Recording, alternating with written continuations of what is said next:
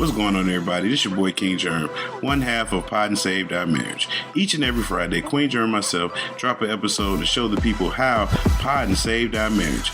Now, we're not like most married couples. Most of the time we disagree, but that's the beauty of the show. So, when you get through listening to Sparrows Under review, come give us a listen. Each and every Friday on any DSP, go look for Pod and Saved Our Marriage. Welcome to Sparrows Under review. My name is Stacey. And I'm JR. My name came out weird. Happens sometimes. I know, it's like everything kind of just like blurred my mouth. I had like a small seizure or something. And you know, sometimes it comes with you had just drank something to drink and your mouth was realizing that it didn't have any more drink molecules left. Maybe. So it was like, I want a little more. Right, it's like everything, like it just stuck together. So Stacey, if it didn't come off clearly. JR, if it didn't come off any clearer. So we are going to talk about maybe a couple movies. It depends on how long we sit here and talk about each movie. If they're short enough, we're going to combine these. But what I want to go through first. So I typed in these movies on my computer because I have to have that memory in front of me. And I just realized there's a thing called IMDb. Yes. And I hear you reference that quite often. But I use Wikipedia.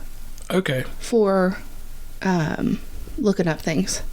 I never realized that I made that distinction to be like, let me look at Wikipedia instead of IMDb.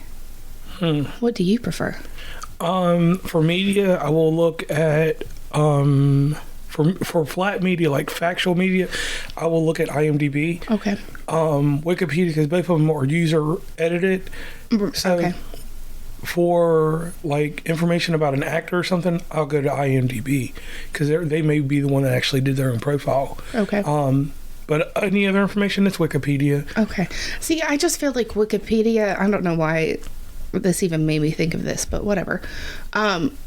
I feel like Wikipedia has more hyperlinks. Is that what I'm looking for, where the words are blue and takes you to a different site? Yes. So I feel like I like the hyperlinks that are involved with Wikipedia, and I haven't found that easeability in IMDb. Understandable. I would just say it like this. It depends on the information. I find way more information on Wikipedia than I do IMDb. Right. So, if there's any other platform out there that might help us remember what movies I watch, let us know. Or just let us know, what do you prefer and why? Right. And you can definitely sum all that up, because if you want to know about what movies she's seen, you can just head over to Letterboxd. Mm-hmm. So that's one thing you can do for that. And which you have introduced me to that recently. Right. And we'll have to update it. I like the thought of being able to do that. Like, this isn't sponsored by them, but if anybody there is listening, let us know. The way that you've taught me how to use it, I'm like, oh, okay, that's really cool. And you can share the movie poster from their website and stuff. And I was like, oh, that's nice. Right. Another way to let people know you're watching a movie beyond, I'm watching it on Facebook and I'm giving you, because not everybody is privy to personal information, because we don't have a profile for Sparrows Under review on Facebook. That would be crazy. I mean, it'll have a page, but a profile. Right. Yeah, that's crazy. Okay, I understand what you're saying there. Okay. So the first one we're going to talk about, and please excuse us if we say any of these names incorrectly or we mispronounce anything. We're just going with how we say it, or how JR says it and has taught me how to say it. So we watched Ponyo. It is a Studio, I know I say it wrong, Studio Ghibli movie, Ghibli, Ghilibi or something like that. Okay. And it's a hard take. These movies are very world renowned. Mm-hmm. You do not, and there's one thing I will say about, and they are animated series. They're animated series, or not series, but animated shows. You do not hear very many bad things about these. Right. They're curated. Their stories. Some of them came out at certain periods. Obviously, in the 80s, a little fast, but the rest of them don't come out like every other year or something like that. Right. And when you were first telling me about these type of movies, I thought that they were older movies. And then when we got to look at them, I'm like, oh snap, that one's from 2008. Yeah. And I'm just like, oh, okay. And so he pulled up, it is available on Max, formerly known as HBO Max. So if you haven't already, go sign up for HBO Max and give it a try. It's been a long time in there, combined with our cell phone plan. So we don't pay for HBO Max separately or Max separately. So I don't know if they offer any type of free service. But if anybody's got connections with Max, let us know. We would love to be a partner with them, because we do watch a lot of movies over there. So make sure you go watch some of these movies.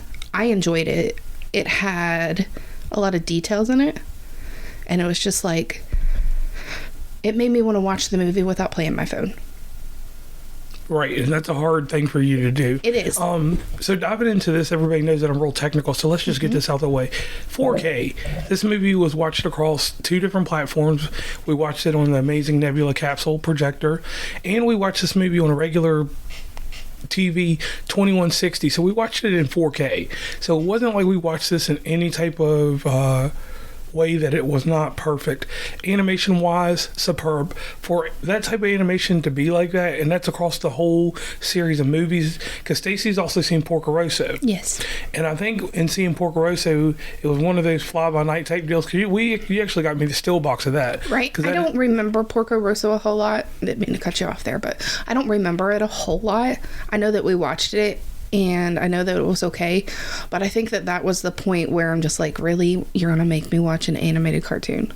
Okay. But I didn't understand the details or the focus that, you know what I'm trying to say? Right. I didn't know they were as good as what I thought they could be. So every time around this year in July, like around my birthday, it's weird. Usually at the tail end of my birthday going in, the films come back in a it's like theatrical, a summer series type it's a theatrical release, and they do certain ones.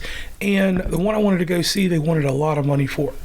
Like $25 a ticket. Damn. And this is because of the event company, not the movie theaters. Okay. So I want to clear that up real quick. So I'm not spending $25 to see something I can get for free, and I've got the quality on 1, 2, 3, plus the projector. I can watch anything in 4K. Sorry, my voice is breaking up, everybody. I know we're both kind of... And I don't know why. Right. But, so on that note, you can always set up your own home studio. You just need the things to go with it. And if you're interested in setting up your own home studio and you want a recommendation on a projector or screens, different supplies that you should need, send us a message on Instagram.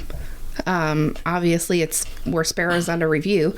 Come over, give us a follow, send us a message, and I'll send you some links on products that we use and what we like. Right. To definitely build the amazing home theater experience. Yes. Sound, or the surround sounds, especially if you have a room available or in your house, or even maybe making like portable movie theaters for yourself. Let us know. We run a mobile cinema. Right, so we can give you all the ins and outs. Now, one thing I do want to correct, if you want to know about the home studios, you go holler at Janaid, because he can build your home studios for podcasting. Well, that's the difference. His is a podcast studio box, which is amazing. Right, and we're just talking about... We're talking about home movie... home theater. Right, so yeah, you said a studio earlier. But... Okay, whatever. Yeah. We're talking about movies and theaters, so it's kind of a given that I was talking about a theater studio, not a podcast studio. Okay. When I'm going to talk about his podcast studio, that's going to be a completely independent episode by itself, because it deserves that. Okay, yeah, no doubt in that. He deserves that. So, tied into this movie, you have a story. I'm not going to even go on a story. I like Stacey to tell it, because here's how this came about. Me and Stacey are looking down the catalog, because I type in Studio Ghibli or whatever. Were we outside looking at it? Or outside? We were outside. We're outside looking at it, and you see all these movies pop up, and it was a ton of movies. A lot. And I did like that they put the Americanized version and the Japanese version on there. They're both available. Right. So the thing is that we're like babies. We're like 2 and 3 year olds. Right. Show me colors, show me things. Let me see which one looks attractive to me. Let me watch that. And I gave Stacey the hardest ultimatum on earth. you've got to pick the movie. We're gonna, because I know everything in the catalog is solid. There'll be some things that we don't like because obviously that's how it is in certain things. But right, you can't be expected to like everything. But like I've said many times before, I'm still going to watch it the best that I can, and I'm going to tell you why I didn't like it. Okay. And I'm going to be honest. I'm going to try not to be rude about it, but you know, everybody is allowed to form their own opinions as long as you are not harming someone's reputation by doing so. Right. And I think my thing with this is like, these movies are nice, and the way that they do them, you actually asked just to watch a trailer. So we turn on the trailer we did 2 movies like that. I did one because it was the year that you were born. My Neighbor Toro, or whatever it's called. I just call it Toro. Like, with me on these movies, everybody knows I just name stuff. So if I tell you about the Cat Back Cat movie, that means the cat returns or something. Right. Which obviously you were going to pick that because you knew that that's something that I probably already watched or something that I watched. Because I don't know if I like cats or not, but I have an obsession with cats. Not in any crazy way or anything, just... And if you don't believe me, check out the TikTok. But anyway, so you picked a movie, we scheduled it out, and the way that we do movies now are, if we're getting too tired or something, we'll start it and we know to go back to it. Because hell, the next thing that we talk about, we stopped and started that twice. Right. Well, I have a very short attention span thanks to TikTok. Okay. And the ease ability to just scroll through whenever I get tired of seeing something. And I've also noticed that with watching my shows and listening to music. It's like, oh, okay, I'm done with listening to this song, so let me go watch an episode. It's like, oh, I'm done with that episode, so let me do this and that, and blah, blah, blah, blah, blah. And I feel like everything just needs to be going. And with this movie, there was enough chaos, I guess is the best way for me to put it. And it's not like bad chaos or like the awfulness, but it was enough slides, I guess, enough, what is that thing you call it, like you said that, you know what I'm trying to say. How do I word that? I mean, I don't know how to word it. I'm trying to think of the word, but it's just not coming. But yes, I get what you're saying. Like each character development, story development for this were fine. Is that what you're trying to say? No, I'm talking about the visual effects. The animation? You go from one spot to the next. Everything like flowed, and it wasn't monotone. It wasn't one thing. I didn't look at the screen and everything was white. I looked at the screen and everything flashed through all colors of the rainbow. Yeah, very vivid and things. It wasn't articulate. You're not comprehending what I'm saying. I don't know how to get it. You said it yesterday when we were sitting there watching the movie. Like you said that they have very good whatever. Like when you're drawing the photo symmetry book. No, when you draw a picture book and you sit there and you flip the pages, and it creates a film. Cinematography? No. You sit here. You ain't ever seen them cat books, like with the little boy, and then at the beginning of the book it's one picture, and then each page is a different step in the picture, and you flip through those books, and the next thing you know, you see this human walking to talk to the cat. And it flows. It's not a movie. It's just pictures. But when you're flipping the pages, it makes a movie. Right. I know what you're talking about, but it's just slipping my mind what it's called. But yeah, I get what you're saying. And I think the audience does too. No, I doubt it. But what I see... Somebody's probably sitting there screaming at you as they're listening to this and being like, you know this answer. Right. For some reason, it's just flat in my head. But the one thing that got me was the animation inside the water.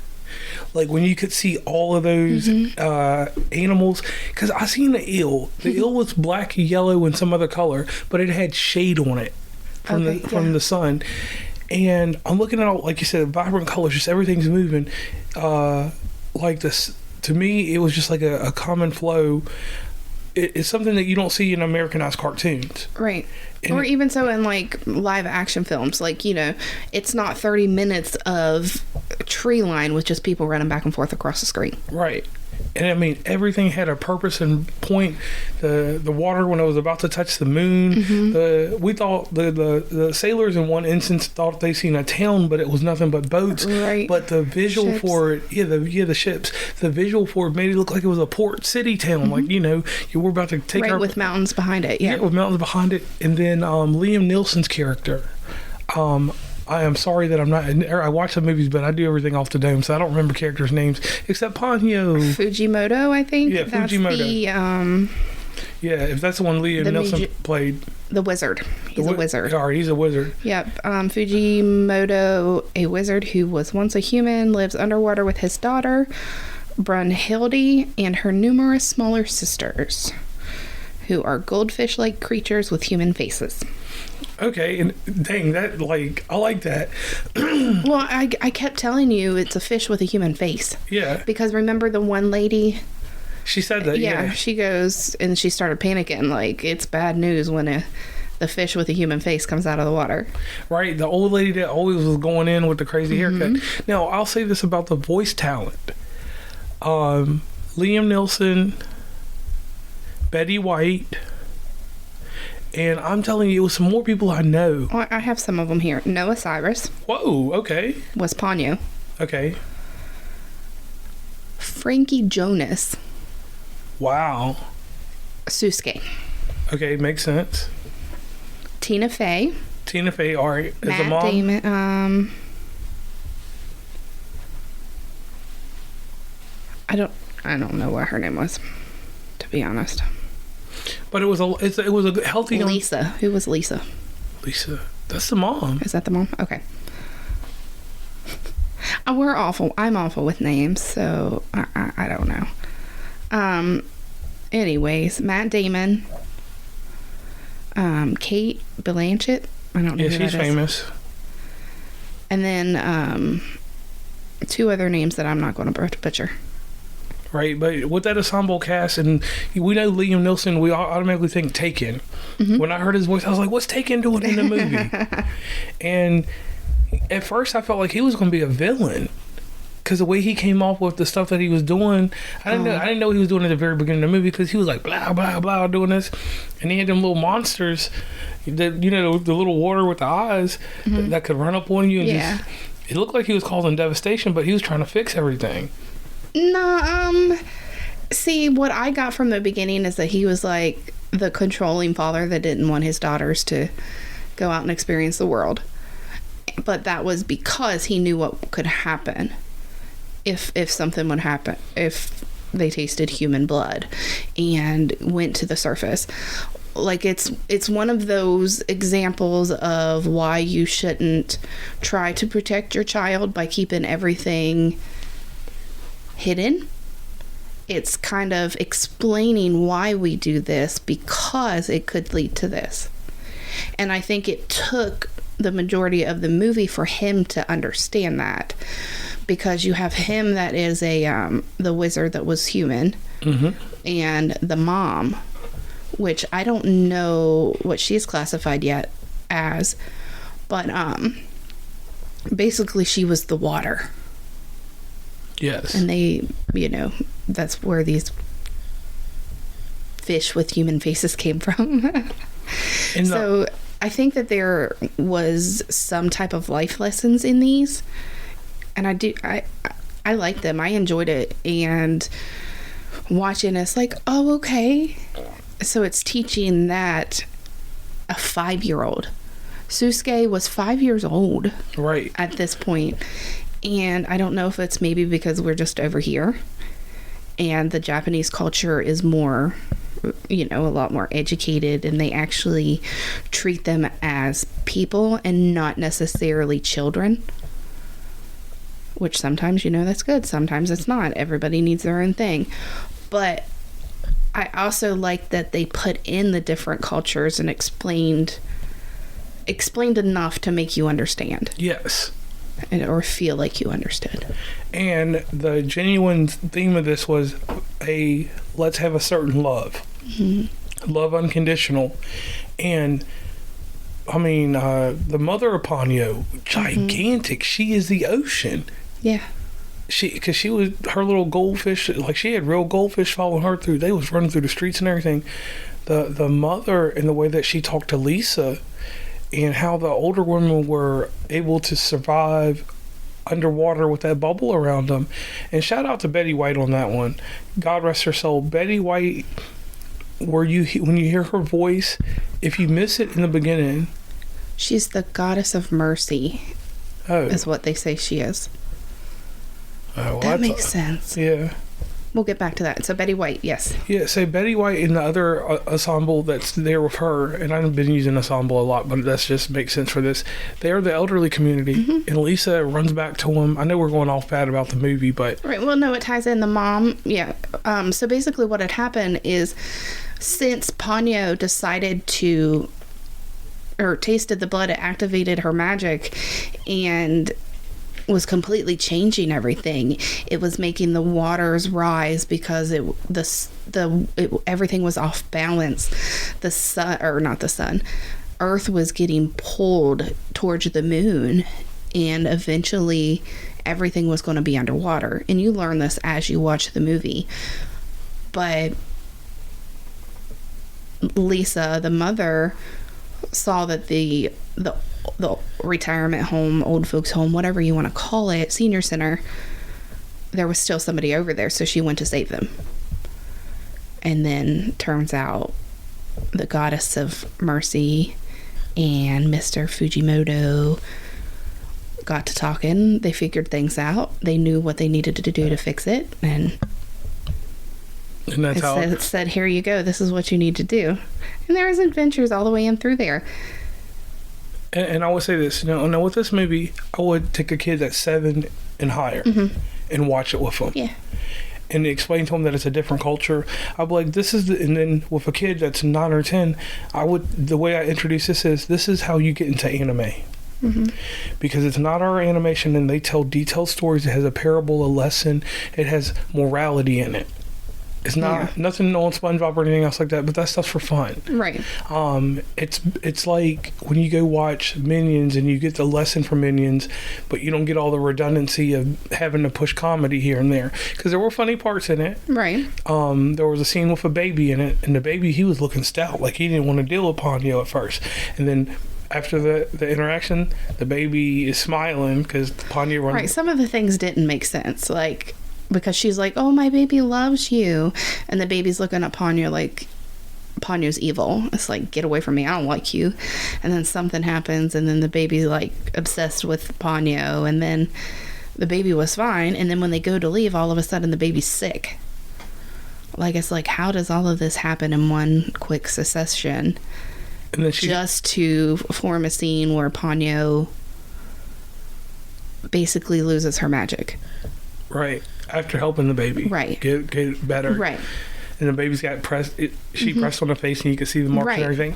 So yeah, that was a little weird. And then because at least show the baby already sick or something, because like I think that was the only problem that I had with this movie of where did the baby get sick? Right. Where was all that snot? Why all that stuff? Right. Why did that all of a sudden just like? Because if the baby was just crying, the baby ain't gonna be all like that. Right. Because, like I said, the baby was sitting there like, why are you close to me? I don't want nothing to do with you. I don't like anybody. Type of face to, oh, I'm sick, and let's let Ponyo save his life, turn into a fish again, and everything get turned back to normal. And then they had one little challenging part that I liked when they had to go through the tunnel.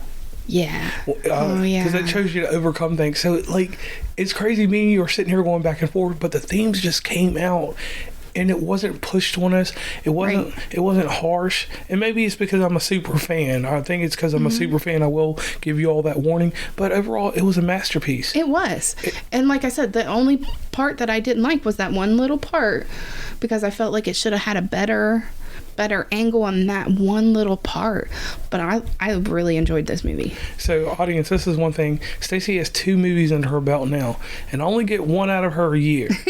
And the cool thing about this is that the movie's so good that you may not ever go watch it again, but you can recommend it to someone off the back of your hand. Right. You can just flip your hand around and say, hey, can't do that for Porco Rosso because Porco Rosso was themed different. Right. But this movie, you saw it and you saw something. I'd turn it on for Asher. Right. I don't know if he'd watch it, but I'd turn it on for him. Say like your friend Erica, if she knew nothing about this, that's something I'll get her to watch because it's quirky enough for her. Or my sister, I'd get her to watch it so that she'd have an appreciation of. I bet Taylor would like this. Right. I'll have to send it to Alyssa. Yeah, no doubt in that. So Tommy might not like it, but Taylor will. So overall, for me, because of the nature of the movie and because I am part of this community, this one, not seeing it before, because it's one I've passed over, but I wanted to watch because there's so many, you just got to be careful. Right. And I did say be careful because just with any series, like I said earlier, you might not like it. This movie stays in my archive. It's not in my top 100, and you would probably wonder why, because these movies have their own vault. They're like Disney. They're the Japanese Disney. Let me just leave it at that. Japanese Disney. Right. And every one I will watch over some point over the next 10 years or maybe next 3 years, just so I can see everything. So I say that it's a great... Well, I'm going to interrupt you real quick. It does say an English language version of the film was released in 2009 to theaters across the U.S. It was produced by the Kennedy Marshall Company and released by Walt Disney Pictures. Okay, so I wanted to throw that Disney part in there real fast before you moved on. Right, because John Lasseter, you see his name on there. And that's another thing I will say for collectors, because we talk about review, but let me say this: the collector's versions of those that were released by Disney, if you can find those, they're worth money. I don't see his name, but I believe you on that. But anyway, I will give this movie doesn't get a horrible rating for me. It's going to get this. It's a masterpiece in a collection that if you start watching the collection, it should be something essential that you watch. Right. And it can actually be the starter movie. So, to me, I think it's one that I probably will watch again. I know we don't get into them a lot, but this was only given a 7.6 out of 10. On the reviews, and a 91% positivity out of 174 reviews. That's crazy. Which is crazy. So if it's, I'm not saying that that's low, but it makes me wonder what some of these other Japanese animated films are like and what kind of reviews they get. Right. So on that one, I'm JR. And I'm Stacey.